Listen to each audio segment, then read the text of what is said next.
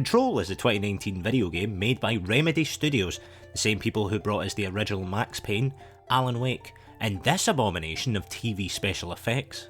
Control is one of those games I ended up playing for a good few hours and then one day just put it down for the last time. Maybe you've done that yourself. You think, okay, this game hasn't grabbed me yet, but I spent money on it, so I'm gonna give it a fair chance. And then one day your interest wanes and you end up never touching it again. I never gave it much of a thought after that, and if it wasn't for Control Ultimate Edition being free on the PS5, I wouldn't have ever again. But after a second chance, not only did I finish Control, I've done everything in it and the 2 DLCs it came with, and I've realised that I don't think Control is very good.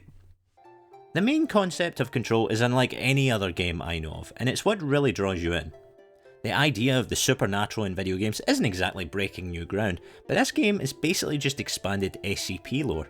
You'll hear me reference SCP a lot in this video. If you don't know anything about it, SCP is a fictitious foundation who are responsible for the documentation and containment of supernatural objects, locations and people. It is the result of an online collaborative fiction project started in 2008. Over the course of 13 years, the website collective has spawned many surprisingly intriguing tales of horror, inspiring indie games and creepypastas alike. The website's meta approach to storytelling is what makes it so stylish and compelling, for example, documenting the details of a paranormal occurrence in the style of government paperwork, instead of a traditional story format.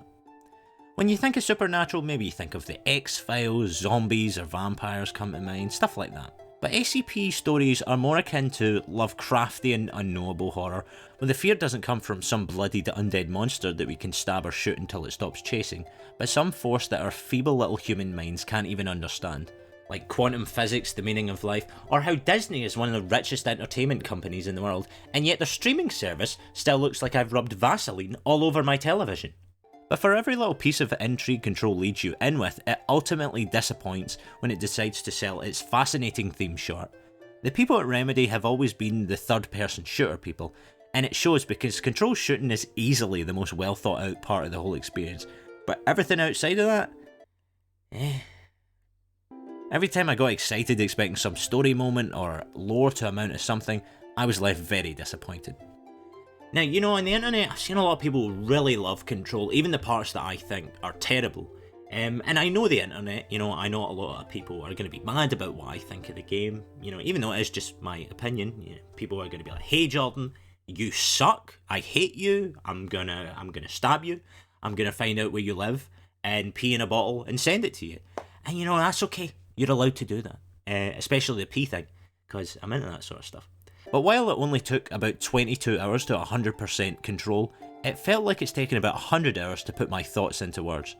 Because Control might be the perfect example of a game's combat being so satisfying it'll trick you into thinking the whole experience is good, or even great. The difference between this game is amazing and this game does one thing amazingly well. And I know what you're thinking, why is Jordan wearing a hat? He hasn't worn a hat before, it's kind of rude to wear a hat indoors. But let's just say I had a quarantine haircut, and it didn't go that well. And let's just say right now I don't have hair as much as my head has grass.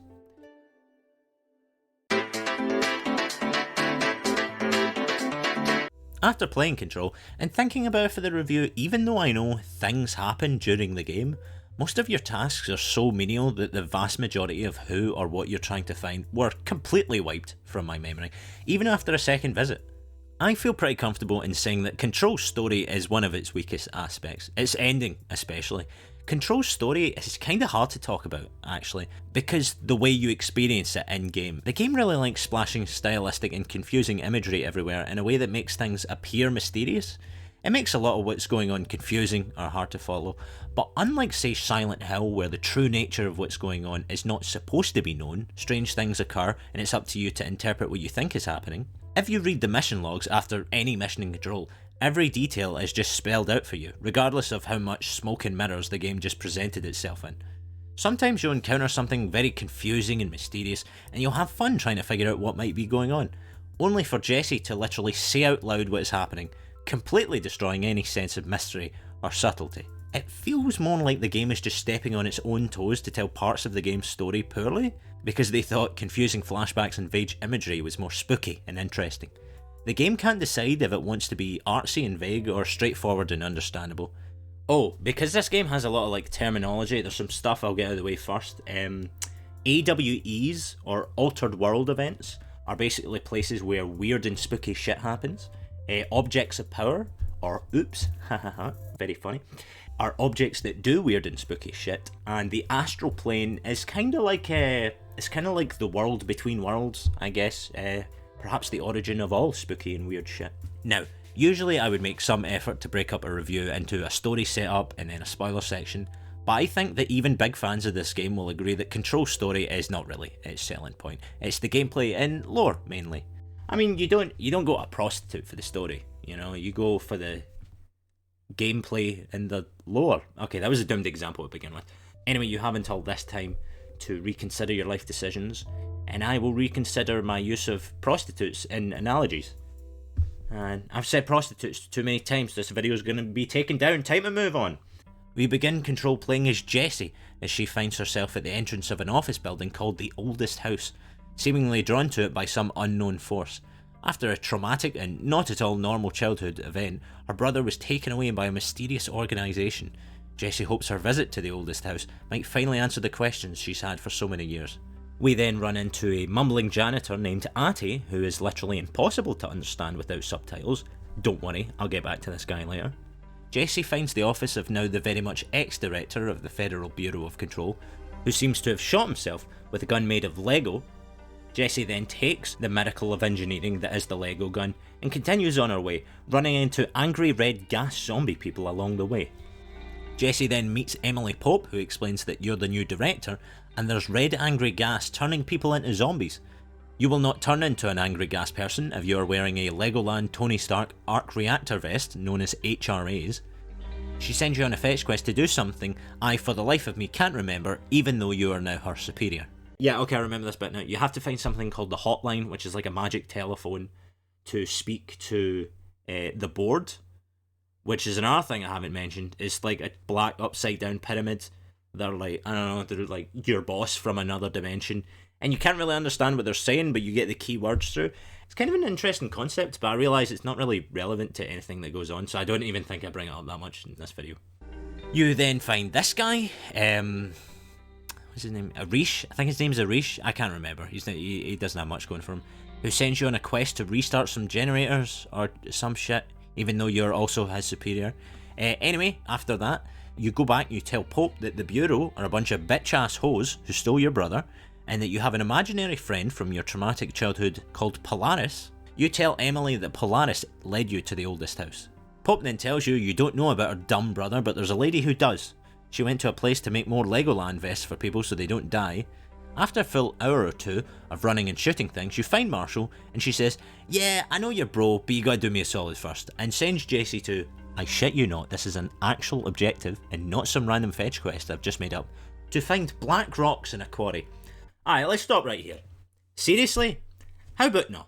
Go find some rocks?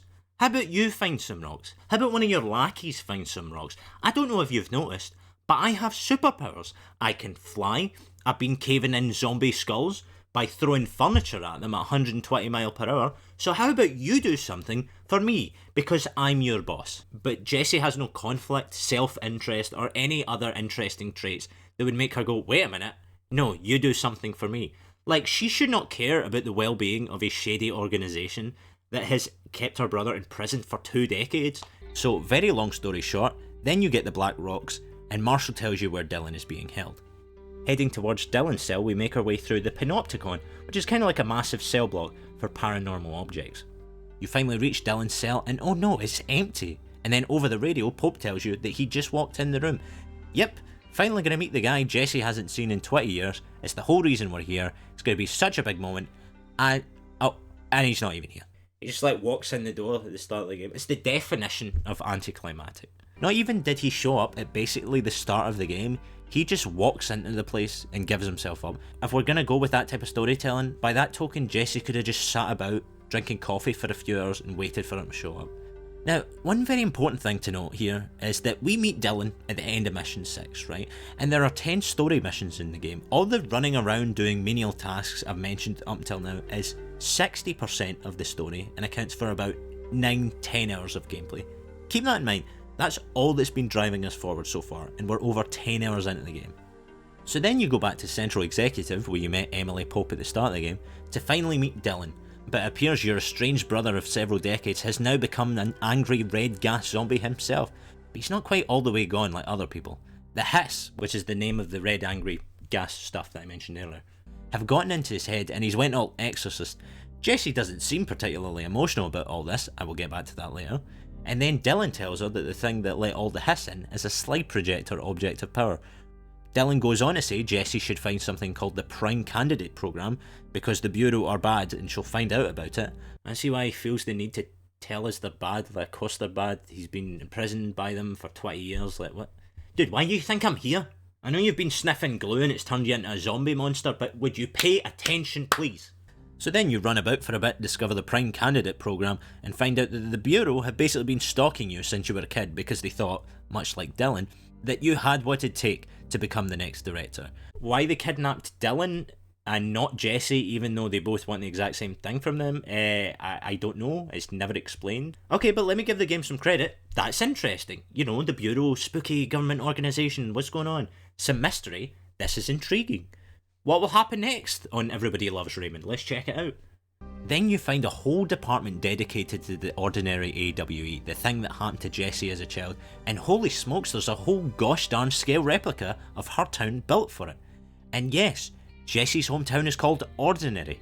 Yes, Mr. Writer, that's a very ironic name for a town where spooky shit happens, Ordinary. We're all very proud of you and your subtlety.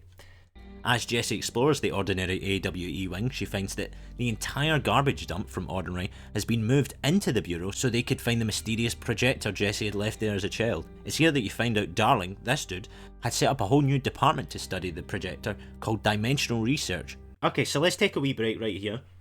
This sounds pretty cool. This is the start of a captivating wee mystery. There's some connection of what we're doing right now and the mysterious childhood trauma that happened to Dylan and Jessie as kids.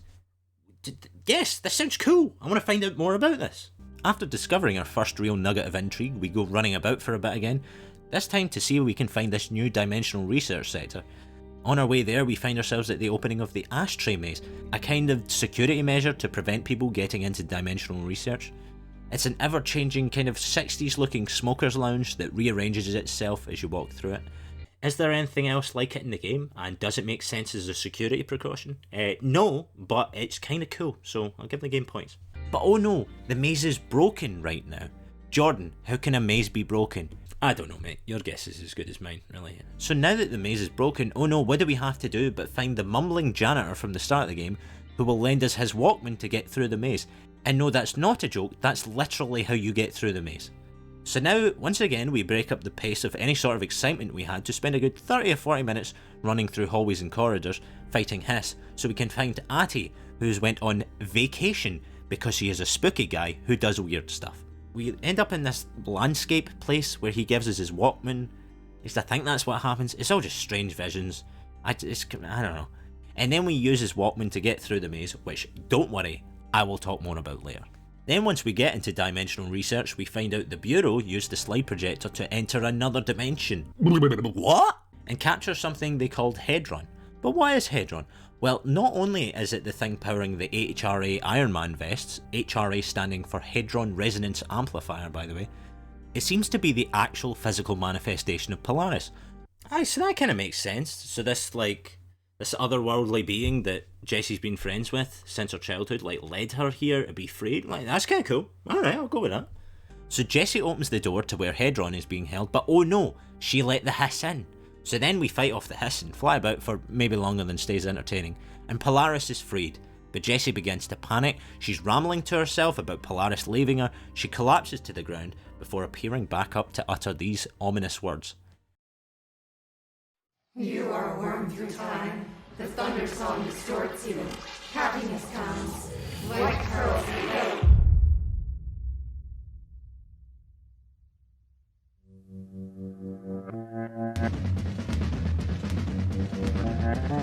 Yep, the credits roll. If you're anything like me, you're probably like, okay, that better be a fake out, or I'm going to be raging that you just wasted all my time. And thankfully it is a fake out, it's not the real ending. But wee pro tip, see if you're going to do a fake ending, make the fake one feel like a random ending and not just someone turning off the TV midway through a set.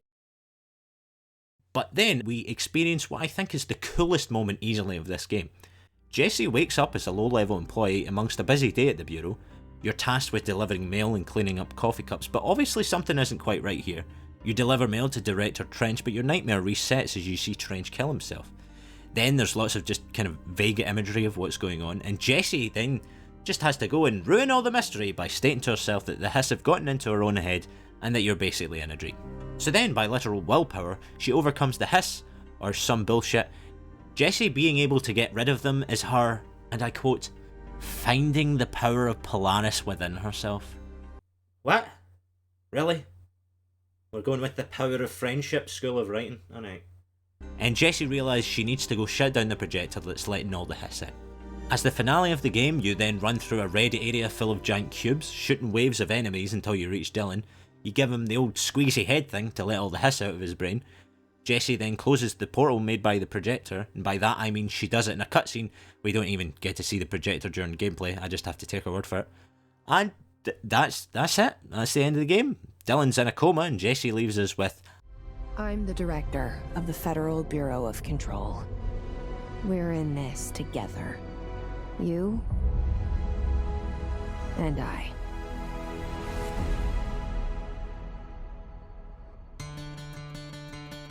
So did you guys get a lot of that? Did that sound like a fun and cool adventure? Notice how all the characters I mentioned don't do anything but tell you where to go or what to do. They don't join you or aid you, they don't change or grow. They stand in one place and tell you where to go next, and that's it. Control's story is 10 missions long. Every mission up until you find Dylan is some variation on, even though you are my boss, you are going to go to X, find Y, or kill Z. You meet your brother at the beginning of Mission 7, where he once again tells you that you need to go find Y, in this case the Prime Candidate program. At the end of Mission 7, you find the scale model of Ordinary, which I'm discovering as a Scottish person is exceptionally difficult for me to say. Ordinary. Oh, Mr. Writer, you think you were so cute. Then Mission 8 is you having to find Atty to get his cassette player. Then Mission 9 is finding Hedron / Polaris, whatever you want to call it, and freeing her. And Mission 10 is the final nightmare plus battling waves of Hiss before you clear Dylan's mind. Mission 9 and 10 together take about maybe 35-45 minutes to complete, they're not very long. So out of 10 missions, about 15 hours worth of game time, there are only 3 missions where you actually do anything of interest, and about 2/3 of which only take, 45 minutes to complete? So if I'm being generous, let's say Mission 7 takes about an hour and a half to complete. And remember that even at that, most of it is just running about corridors until we find what we're looking for anyway. So that means that out of Control's 15-hour long story, only about 2 hours and 15 minutes of it contain anything of interest. And what's our takeaway from the story? So we were led to this mysterious bureau who took away our brother after a traumatic childhood event. We become the new director, get superpowers, and help everyone do their office tasks for the day. Find our brother, who's now high as a kite in petrol fumes. Find out that we've been followed by this agency since our childhood because they think we could become the new director just like they thought with Dylan, but for some reason didn't kidnap us, just kidnapped him for 20 years even though they both want the exact same thing from the both of us. You find out that the slide projector from Ordinary is what let in all these carbon monoxide men. You find the physical manifestation of your imaginary friend, release her, then close the portal opened by the projector and try to fix your brother's migraine, placing him in an indefinite coma. And that's it. So what is the game about then? It's not about characters. The people that we run into don't do anything. We've got no tie to them emotionally, but also plot-wise, we are the one achieving everything. Jessie herself doesn't learn much either. She went in the bureau looking for her brother, she found him, now he's in a coma and she has a job? She didn't overcome some great inner trouble, like she accepts that she is now the director of the FBC, but not knowing what she wanted to do with her career was not really a big part of her character. It's not about overcoming childhood trauma. I mean, you find out that the reason for the Hiss being here is the slide projector from the Ordinary AWE you experienced as a child, but that doesn't change anything. It doesn't bring back anyone that all disappeared or died. It's just the same thing from your childhood that's responsible for your stressful first day at work. So it's basically just a coincidence then. Defeating the Hiss doesn't really feel like an achievement because even though they are the enemies of this game, there is no villain. There's no bad guy or one thing with an ideology or vision that you're working against. The Hiss are just angry gas that are Well, actually, I have no idea what they are. It's never really talked about. The hiss are just bad. That's it. And it's not a mystery piece either, about questioning reality and placing together events by yourself, because even though all this artsy presentation is confusing, they want you to understand what's going on. So then, what's the takeaway from any of this? There's nothing here, it's just stuff happens. And it's that last point about the mystery that really ruins things for me. Because the thing about Control is the mystery is the most enticing part of the whole game. Just like its inspiration from SCP, the entertainment comes from not quite being able to figure out what's going on. I mentioned that Control likes to shoot itself in the foot by presenting stuff in a very abstract, confusing manner, only for there to be a very simple explanation that they expected you to know. I'll give you a wee example, right? So throughout the game you see these artsy little visions where dialogue is delivered throughout these real life videos of actors superimposed over the game world. I, like I'm sure most people, took these for what they appeared to be, some sort of, echo of emotions or past events, something I'm maybe not supposed to fully understand, or that it doesn't have an answer, but it adds to the atmosphere of the world. But no, as stated in the DLC, and presumably somewhere else that I just never found, these are actually messages from dead people over the hotline. And no, I don't mean some abstract interpretation of death, I mean literal dead people. And the only reason I knew this is when Jessie said this during the DLC. Stop this. Marshall? How is she on the hotline? Unless she's dead. Not only might that have been helpful to know from the start of the game, but it doesn't make any sense. Because you see these visions everywhere, but at the start of the game you need to go to the hotline in the hotline room to use it to speak to the board. So if these are the messages from the hotline, how am I seeing these everywhere? Don't I need to be in the room? Like it's a landline. Have I been carrying this thing about everywhere? Do I have some sort of paranormal radio?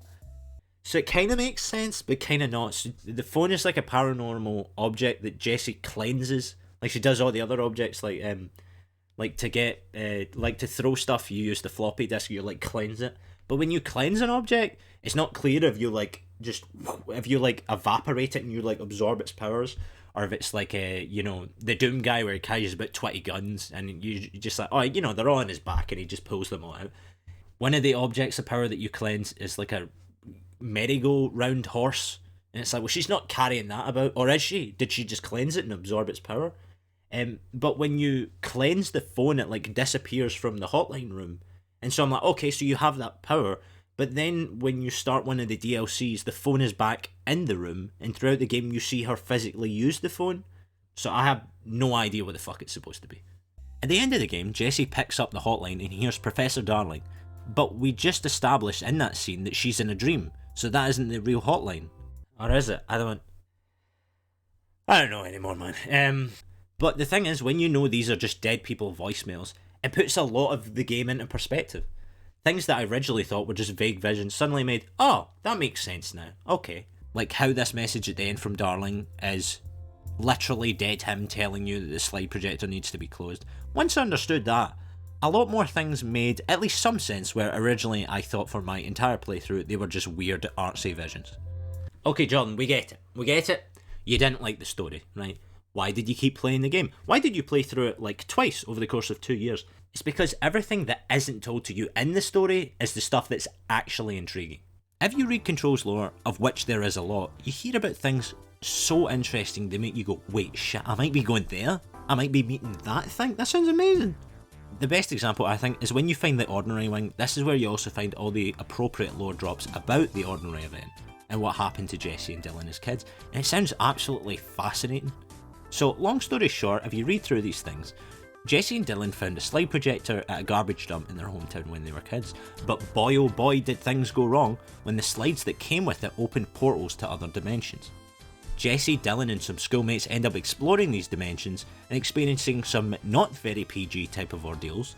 One of their friends turns into what they describe as some sort of dog creature, then they go on to meet some manner of beast they call the Not Mother, who's feeding things, including their now dog friend, its milk.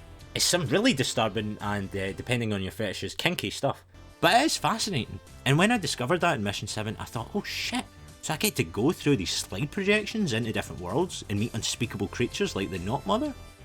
The entire game is just office interiors and floating cube landscapes. I was very excited for the change. In fact, at this point in the game, I only thought it was like a third of the way through. I thought things were just kicking off, so you can see when you get little details like this throughout the game, that's what keeps you going. And all these little bits of lore are easily the most interesting events you'll hear about in Control, whether it's about a room that got so overcome with exponentially replicating post-it notes that they can't use it anymore, or an employee that went into a magic mirror and came out speaking backwards. What? I can't understand you. Or a mysterious motel that works as a kind of interdimensional rest stop travelling throughout the Bureau. All of those ideas are really cool and intriguing, but that's all they are. Ideas. The post-it note room is just an empty room. The mirror is an initially intriguing side quest that culminates in you just shooting something to fix everything. And the motel is just a hallway where you do a little match the room puzzle before going on to your next fetch quest. You don't unravel some great mystery or experience some wacky charming story yourself. They're just little vignettes that make you think, is that it? I was liking that part. Another thing that I've seen people complain about is that the game relies far too much on lore drops to convey interesting and sometimes arguably vital information to the player.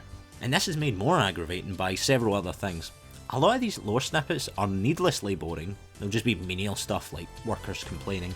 They'll be far too long, or they'll blank out all the important info to the point of being a waste of time for the player.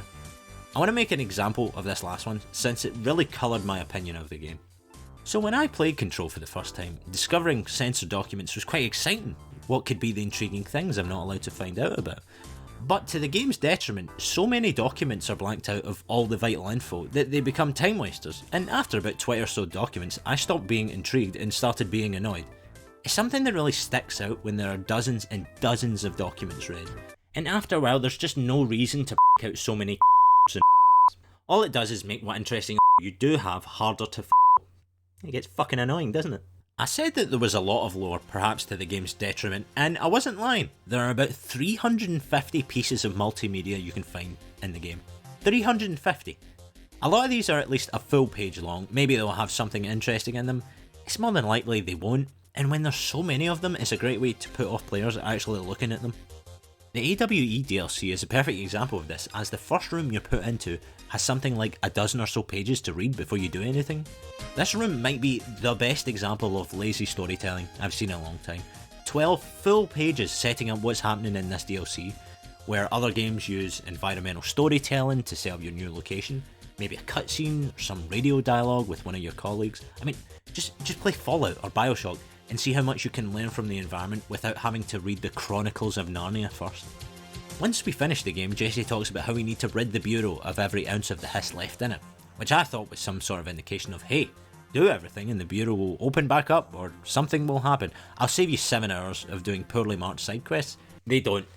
Nothing happens. I'm just picking my nose, please ignore it. Now, I know I'm really laying into this game and people are getting mad and they're getting their bladders full, ready to fill up those bottles for the mailman. But I will give the game credit. I really like the little bit of Jessie we see after the game ends and starts talking like a boss. It's the only time she really seems to have a sense of purpose. And hearing Jessie talk to people like she knows what's going on instead of just waiting to be told where to go is a lot more engaging than what she's like throughout the main story as everybody's mailman. Now, I briefly mentioned the characters earlier, and like I said, they don't really have that much going for them, but there's 3 characters in Control that kind of represent different aspects of it, funnily enough. There's Jessie, Atty the Weirdo, and Casper Darling. Atty is the first character we'll run into, and honestly I think it's a pretty poor start. So Atty is this janitor who mumbles to himself, and constantly switches from English to what I've now learned is Finnish. Now the thing about Atty which I think makes him a bad character is that he's obviously not a normal person, like Tom Bombadil from like the Tolkien books. You know, he looks like a normal guy, but if you dig deeper there's something, maybe he's not even human, something like that. The thing is, when you first meet Atty, he's just a mumbling weirdo. He doesn't really talk to you properly, he assumes that you're his assistant, he's just kind of weird and rude. He doesn't have any charisma that makes you go, oh, what's this guy's deal? But instead of like a charismatic character, we just meet this mumbling old man who, like I said, is literally impossible to understand without subtitles. Here's a clip I'm going to play. I'm going to block the subtitles, see if you can actually understand what he's saying. You can say I sent you. If they don't hire you, they you are no helvet. There be work for the axe. Take them behind the sauna, jumalauta. Just look at this line of dialogue. Did Did you have piss in your sock? Did you have piss in your sock? Do you have piss in your sock? Is he trying to start a fight with me? Like, what's going on? And because Atty is written and like displayed as such an obviously weird character, instead of being a guy that we go, oh, what's this guy all about? And then we find out more about him. When we meet him, we're just like, aye, alright, you're the fucking weird guy. I get it. Then there is our protagonist, Jessie, who is, she's a woman. And she has red hair. She's looking for her brother, of course. And that's about it. She might be a Pisces, I don't know. She doesn't have any defining characteristics, like she's not charming or really interesting. She doesn't even seem to be particularly bothered by all the evidently otherworldly shit happening around her. But not because she seems to find it ordinary, puns. More like she's not even taking in what's happening around her. Throughout the game, the strangest things will happen to Jessie, and she'll just respond to herself with a little humorous, half-hearted quip, completely ignoring the reality-altering, twisted shit that's happening around her. You want this? Can you stop that? Please? Not exactly the reunion I'd hoped for. She kind of speaks like Nathan Drake, but without any goofiness or wit. She's just bland. And unfortunately, because she doesn't respond to the world in a way you expect, like surprise or shock, you never feel any connection to her. The protagonist is supposed to be your connection to the game world, but when Jessie barely reacts to anything around her, you end up feeling confused as a player, like, is this normal for people in this world? Is Jessie, I don't know, high, tired? Is she just weird? Well, I think I can answer that last one. Because Jessie's dialogue with other characters is very weird. Whether she does this because she's speaking to Polaris in her head, or she just likes talking to herself, Jessie will often continue conversations in her own head while ignoring the other person in a very distracting way. Just watch how she talks to her possessed brother. Can you hear me? Oh, come on, Dylan. I'm here. I found you. Don't worry, I'm going to be fair though. Easily the most interesting and well-acted character is Casper Darling.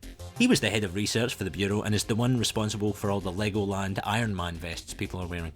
Within the Bureau you find lots of very stylistic corporate videos of Darling explaining the fundamentals of every part of the game's universe, what objects of power are, the astral plane, altered world events, and basically all the most prevalent things the player will want to know the first time they play the game. He is easily the highlight of everything the game goes for, honestly. He seems like a big geek who loves all this paranormal stuff. He's quite goofy, he's charming, and as the game goes on we see his unfortunate decline into madness before we discover that he is in fact now dead.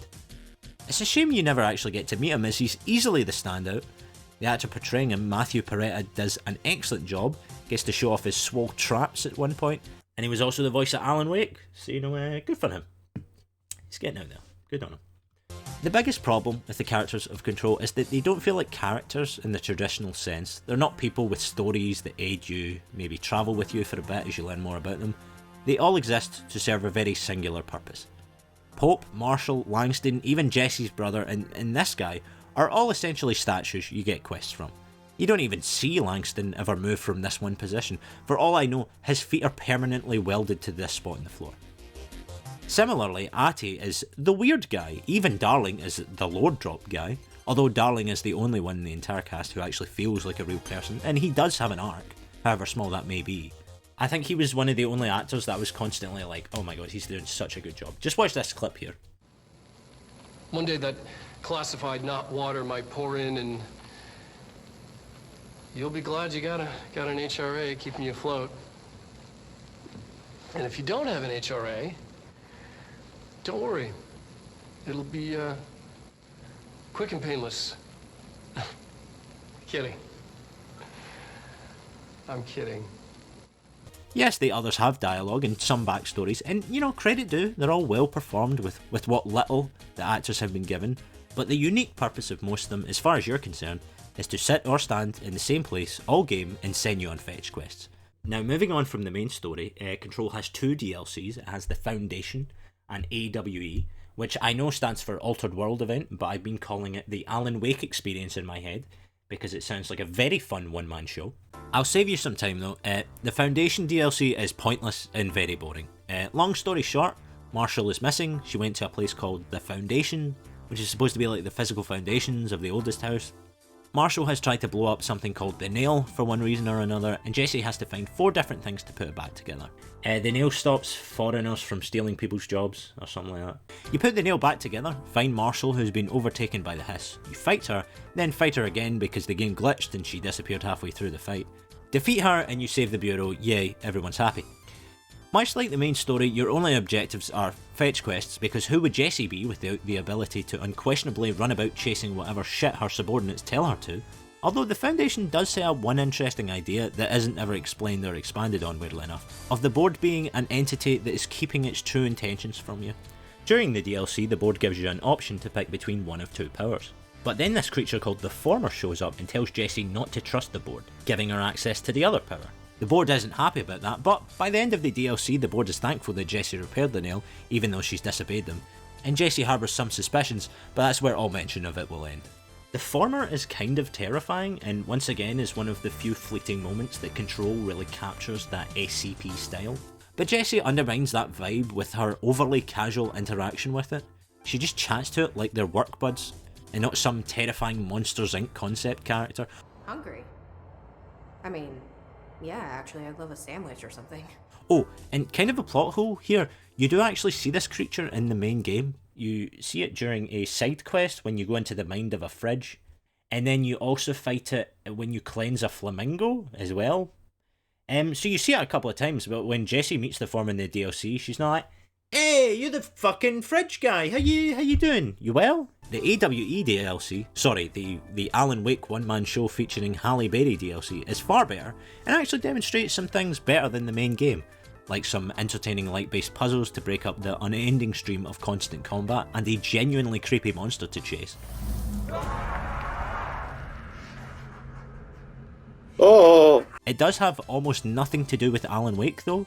AWE is about things from Alan Wake, like the aforementioned Darkness Sludge, and the big scary guy is actually a man called Hartman, which from what I've read is basically the bad guy from Alan Wake. I'm about midway through Alan Wake myself and he hasn't become very relevant yet. I've tried to play through that game twice now, but the gameplay is a lot of running out of stamina in forests and I can't be bothered ripping apart 2 games in one video. AWE does feel equally as pointless as the Foundation. All you have to do is chase Hartman through this map in a loop until you fight and defeat him in the middle, and that's the whole DLC. And its ending shows it to be essentially a sequel bait for Alan Wake 2. It's happening again. A return. It does do a lot of things right that the main game lacks that stopped me from getting all that bored, even though I was very underwhelmed with her ending. It has some very funny audio logs that fit in surprisingly well into Control's universe. What? Why'd you stow away on that ship? School bearing, boy. Eyes many cauterizing loops through and about. Wind and Windy Mitchell. You hear that? They're gonna cut you up, you pain in the ass. Spider time. The combination of otherworldly weirdness with comedy office antics actually provides a really nice contrast to the game's usual tone of... And you know what, I love a little bit of... But as they say, variety is the spice of... The DLC also demonstrates some of the only characterization we see in the entire game. Jessie gets into radio contact with Langston, and you get some general banter here, which I've kind of missed throughout the entire game of just running through corridors by myself. Getting to hear Langston be an insufferable dork is actually quite welcome, even if he seems like a bit of a pain in the arse after a while. At least they tried, you know. Things I need to stay focused so I can get my work done and get home to feed Alfred. He's Of course, just gonna talk forever, can't always isn't he? make it home. As well as this, AWE demonstrates some very creepy lore that does its SCP inspirations proud. At the end you can find notes reporting Alice Wake's, not nightmares, but recurring visitations from her husband. Alan appears out of nowhere and runs at her with murderous intent. Alice believes he is haunting her, insisting he is not Alan but a fucking monster in his body. Her attempt to keep the lights on throughout the night result in the relevant hallway's bulb breaking every night.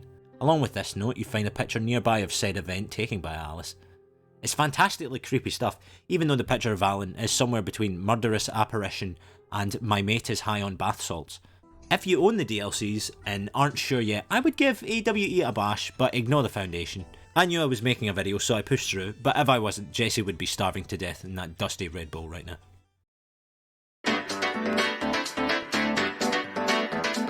Gameplay is easily the strongest part of Control, because even though I find the rest of the game remarkably underwhelming, the combat, which is a vast majority of what you'll be doing, is mechanically very satisfying. As you progress through the Bureau, Jesse is able to cleanse objects of powers, and what I'm just realising is a very hand-wavy, uninspired way of giving someone superpowers. Jessie is just kind of attuned to these sort of paranormal things, so she's able to walk up to weird objects, squeeze their brains, and get relevant superpowers from them. Eventually you'll be able to levitate, summon a shield, and the most satisfying power, use telekinesis to whip filing cabinets into people's heads. And the small but important detail of having thrown objects do more damage to armour than bullets means that after a while you can get a very powerful and admittedly quite skillful dance back and forth between powers and gunplay. You'll be using levitation to do some platforming, but the bulk of your attention will be shooting enemies, and a lot of them. Some of my favourite extras in the games are little puzzle solving opportunities that are completely optional. When paired together with the SCP nature of things, it makes for some interesting wee mind games. For example, this place where you first encounter Marshall is the department that researches luck, which is a very neat idea. There's a little environmental puzzle where by gathering and assorting items of various superstitions around the room, you can solve a puzzle and get a costume for Jessie. This is a fantastically creative use of the game's subject matter, and that's when it gets interesting. There are other puzzles, but it's just moving cards to match symbols or rearranging objects in the motel, and they don't have much imagination behind them. In fact, most of them are simple enough that you can solve them by just messing about with things and using common sense. It's barely even involved enough to be considered a puzzle. The one-note nature of the gameplay is really a massive black mark on the game. Like, admittedly, the shooting is fun enough, and I can see why people did enjoy it, but it's quite literally the only thing the game has going for it. The mission design is some of the worst I've seen in years. As I said, the story itself is entirely either all fetch quests or journeying to a place and killing lots of enemies in between.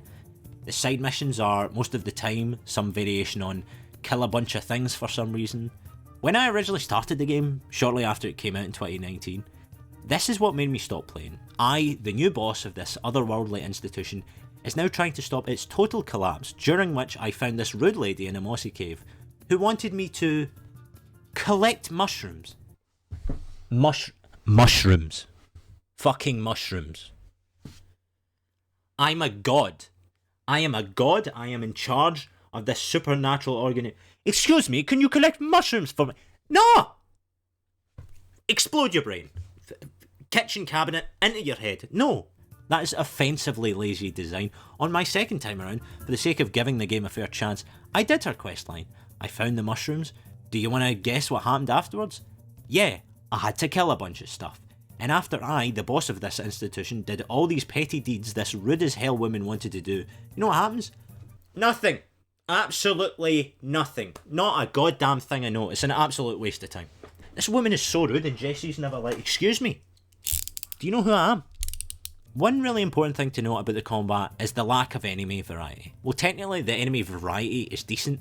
There are standard guards, floating guys who dodge thrown items easier, invisible guys who are a pain in the arse to fight and kind of look like something I shouldn't mention or YouTube will take down this video.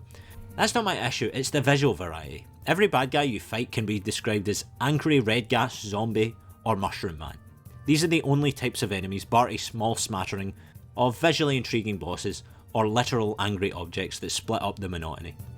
Even the end of the game doesn't have a boss. It's just 10 minutes of fighting waves of enemies before you turn Dylan's head into mashed potatoes.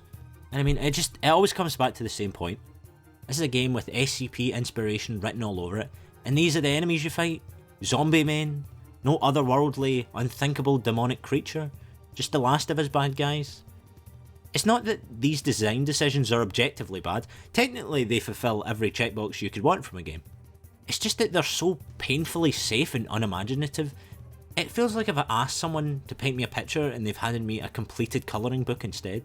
Like, technically, they've done what I've asked, but with the least imagination and creativity possible. I was worried this would be the case with the game the moment I got the service weapon.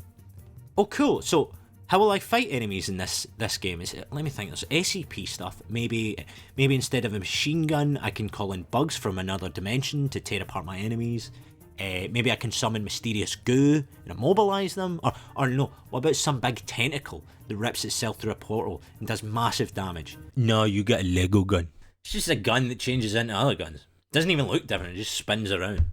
Maybe my suggestions can all sound a little bit strange and over the top, but much like the kid in my high school that read books about serial killers in the hallway every day, this game, if nothing else, is not afraid to be considered weird. more so than the general blandness of the enemies, is the way in which you engage them. Surely you can't just shoot everything to fix your problems. And when I started tackling Langston's Escaped Objects of Power questline, I thought, oh, this'll be interesting. How am I going to catch and subdue all of these paranormal objects? You come across a man who has to stare at a fridge to stop it from doing evil spooky things, and some in-game lore also describes objects responding to language, becoming subdued by particular keywords. So how am I going to trap and contain all these objects? You're probably just going to shoot them.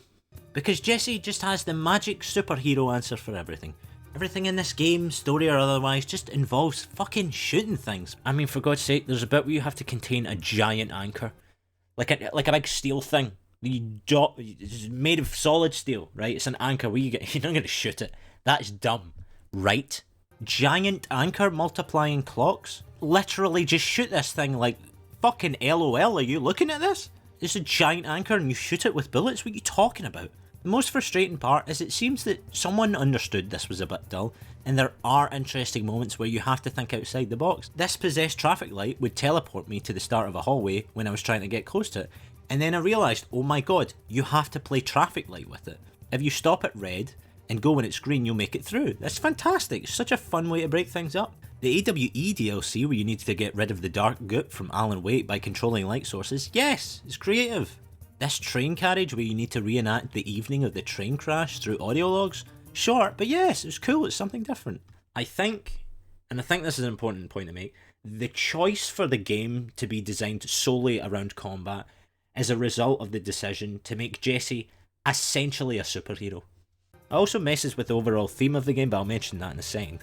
What's the excuse for good puzzles? Well, the game's subject matter and inspiration has one, that you can't just shoot everything to make your problems disappear. This is a world where the bad guys aren't drug dealers or gangsters. They're angry gas people, self-replicating clocks, ocularly dangerous fridges, sentient anchors, teleporting rubber ducks. Maybe just blowing up everything doesn't work. So get creative with it, trap them, create abstract, out-of-the-box puzzles with it. But Remedy thought, I don't know man, I mean, we basically made the basis for infamous spooky office building edition, so we might as well just milk it for all it's worth.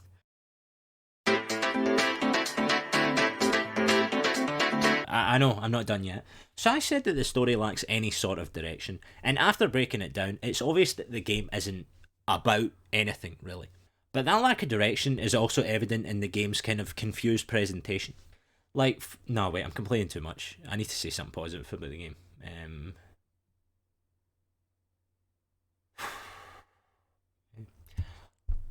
No.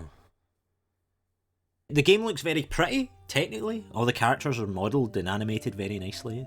The little volumetric plumes of smoke that come off our gassy boys look very impressive, and adds a lot of satisfying impact when you inevitably can their heads in with furniture.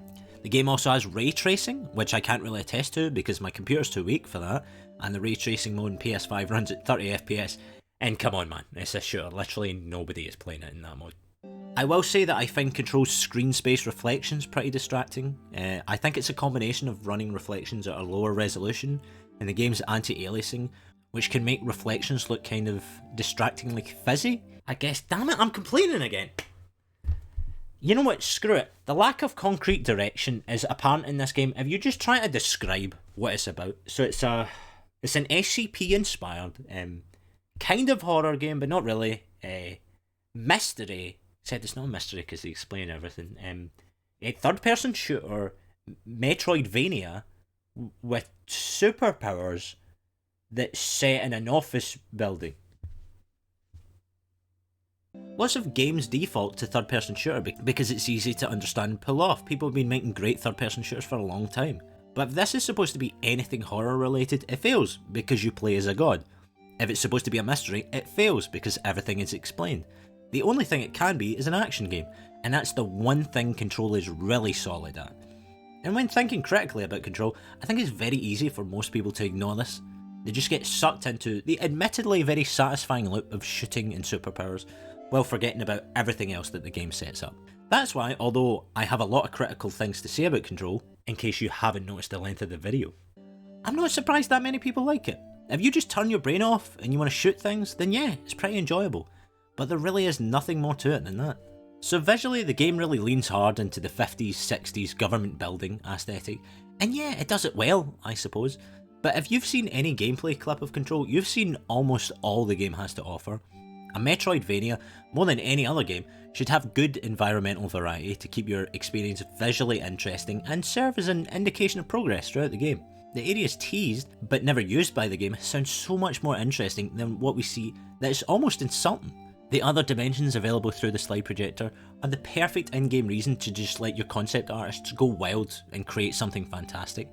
And when we hear about Jessie's traumatic event as a child with the Not Mother and her friend turning into some sort of dog creature, there's so much horror and variety to explore. Even just the setting of Ordinary itself sounds like a much better hub for a Metroidvania like this. A somewhat suspiciously abandoned, quaint Midwestern town, that sounds pretty unique. And what about Atti's vacation spot? That's teased but never shown either. But nope, the game's environments can be summed up to office building with pipes, office building with moss, quarry, and cubes. There are small hints of different, more interesting things, like the motel, which is basically just an abstract warp pipe with extremely simple puzzles, and the ashtray maze, which actually isn't even a maze, it's just a linear music video shooting gallery, and is something I should probably talk about now because I've been putting it off for the whole video. I've been procrastinating this because I know this is the opinion that's going to get those yellow bottles in my P.O. box, but for me, the ashtray maze music sequence is one of the cringiest things I've ever experienced in a video game. When you get Atti's Walkman that fixes the maze, you place the headphones on and experience what is the most try-hard-to-be-cooled, goofy hard rock song possible. The song is even called Take Control, the lyrics are about control, and it's on the same level of Evanescence in terms of memeable rock. Take control. And I know many people seem to like this. I'm willing to bet if I was 12 years old, I might have thought this was cool too. But not now. It feels like the game director just wanted to include his favourite band in the game and didn't care whether or not it fit in. Which kind of does seem to be what happens, because the band are called the Old Gods of Asgard in-game, but they are in fact a real Finnish band called Poets of the Fall, just like Remedy Studios themselves, and the actor who plays Atti.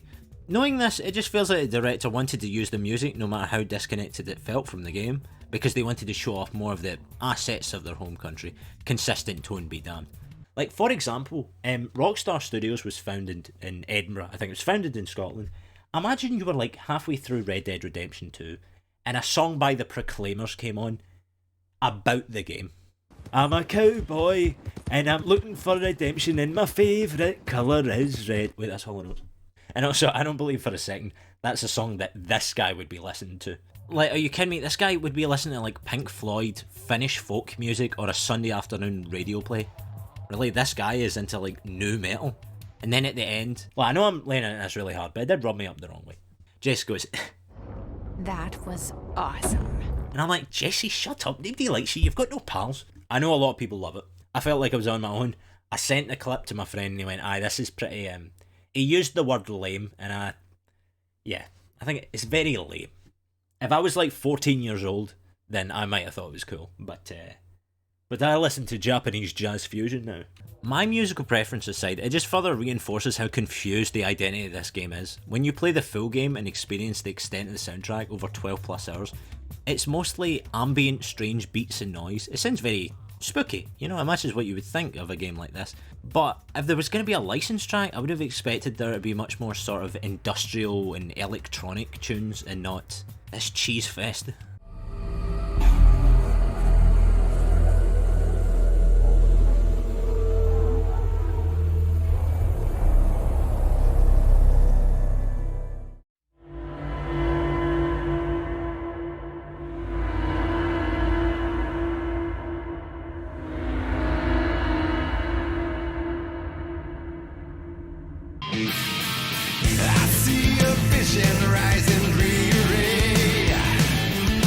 Another strange outlier in this game's tone that I can never really identify what the intention of it is supposed to be is these Threshold Kid videos. They're so disturbing. Yes, Where is this? But, like, I don't get what they're supposed to be. Like, I get these videos are canonically, they're a way for the Bureau to teach paranormally gifted kids about the paranormal. Well, actually, I've had to imply that because all the important keywords were censored out of the lore relating to them. But they make absolutely no sense in context. So if they're supposed to be a teaching tool for kids, why are they so horribly disturbing? It's not like they're a pet project of a serial killer or something. They are supposed to be for kids. So what's with all the Silent Hill Sesame Street shit? Is it supposed to be funny? Because it's not that either. Once again, it feels like a lack of consistent tone due to the game director presumably going, it's weird though, innit? Just put it in the game. What is it? You get desensitized to this because it's just, I get it, it's so fucking weird. It's weird. Cool. Is there any essence to all this? No, it's just, it's weird. Aye, very good. Alright, this is a long video, so I'm just going to rattle out a couple more things. The map sucks. The map is one of the worst maps I've seen in a long time, which is weird because cartography has been around for 2600 years. You can't distinguish layers on the map, so it's just kind of lines over one another and it gets very confusing. Also, mission objectives. They don't actually point you towards your objective, they just tell you what objective the room is in. Sometimes that's a lie anyway. I had a mission in the Panopticon, which itself is like 4 stories tall, so it was a fucking scavenger hunt to begin with. I looked about it for 35 minutes, turns out it wasn't in the Panopticon, it was in a room next to the Panopticon. So the game, like, just lied to me. Also, there's no compass to point you where you're supposed to go, so like, thanks. Oh, and most infamously, I had a whole bit about this, but I cut it out. There's a mission for Langston. You have to cleanse a Japanese paper lantern, and it's in this room. And if you try to find the room, it's hard to tell where it is in the map and which direction you come it from. So I googled it. Turns out you can only get it through one door. I went to the door, it was locked, there was no way to open it. I had to Google it. How do I open this door? It turns out you need to do a completely unrelated side quest to even open that door. So the game had given me a side mission that I was not able to do, and so I was essentially soft locked. And if you're like most people, you probably just run about for ages, wondering how the fuck you find this room in the first place. And I'm not the only one, because I googled it, and there's a YouTube video with thousands of views with people going, how the fuck do I find this goddamn mission?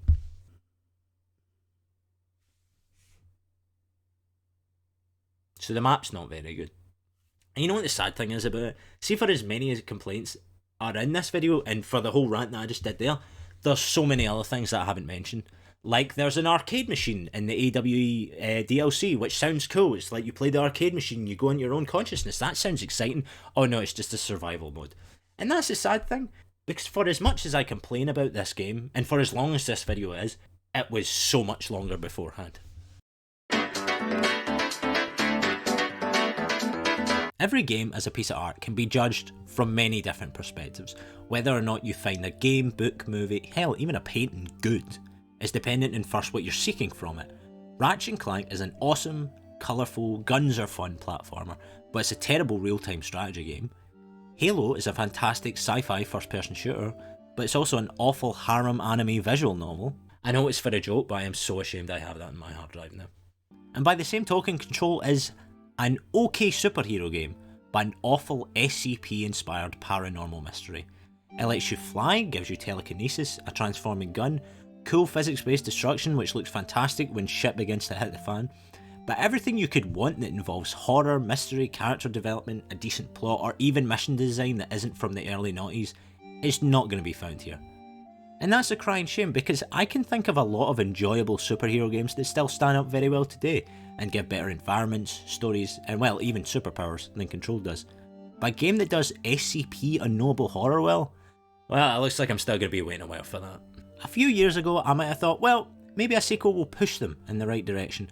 But for one, if they were going to explore better ideas, they would have in the DLC. And much like the main game, even though there are sparks of interesting ideas in both of them, the entire experience ends up feeling fairly underwhelming. I'm glad I got them for free, I'll say that much. But maybe a better point would be to realise that I want something more than a decent third-person shooter from Remedy, and looking at their track record, that's a pretty dumb thing to expect. Alan Wake was an alright third-person shooter, which really wanted to be a TV show for some reason. Quantum Break, as far as I know, was an alright third-person shooter that was a TV show. I mean, that's just a guess, because of course, like everyone else, I'm just waiting for it to come out 29 years from now. Quantum Break is coming out in 2050. Thank you. And Control is, well, it's an alright third-person shooter. Happily, at least, with limited TV-related bullshit. But all of these games have strange direction in one form or another that indicates to me that if it doesn't involve just shooting, then Remedy doesn't really know what else to do with it. The most famous game was Max Payne, and that game was all third-person shooting. It's one of the most famous third-person shooters in the noughties, and with a story about a disgruntled man shooting people, they were really in their element, so to speak. I mean, for God's sake, Remedy even has a bullet in their logo, like what else am I expecting here? I'd love to be pleasantly surprised by Remedy's next game, but I'd imagine that'd only happen in a world where the people involved in making these games were no longer at the helm of the project. But if I have to stretch that far, well, I'm probably just better off waiting for another company to give it a bash first. I hope you guys enjoyed. That was a long video. It was really exhausting to make. It took like 2 months to make. Just because you ever play a game and you just can't understand why people seem to love it so much. It was... I just had so much to say about it, in case you didn't notice. If you're new at my channel, I do reviews. There is comedy involved. Because I knew this video was going to take a long time, I made a few kind of like gameplay videos for funsies. And I think they're quite enjoyable. Let's look at a clip here. For real? It was a great one. And another one here. His name is a classic. So yeah, they're a lot of fun. I recommend you give them a watch. Stick around for more stuff like this. But don't worry, I played some games since Control that I enjoyed a lot more and still have a good bunch to say about. So that should be fun. It was a long video. It took a look. Yeah? Package came for you? Package? Alright, thank you. Thank you very much. But anyway, I hope you guys enjoyed. I know it's always, it's never nice when someone just lambasts a game that, I'm sure a lot of people enjoyed it. Anyway, thanks for watching, guys. And I'll see you next time. That's a bottle of piss! That is a bottle of piss. Okay, I haven't even done the video yet, guys. Jesus.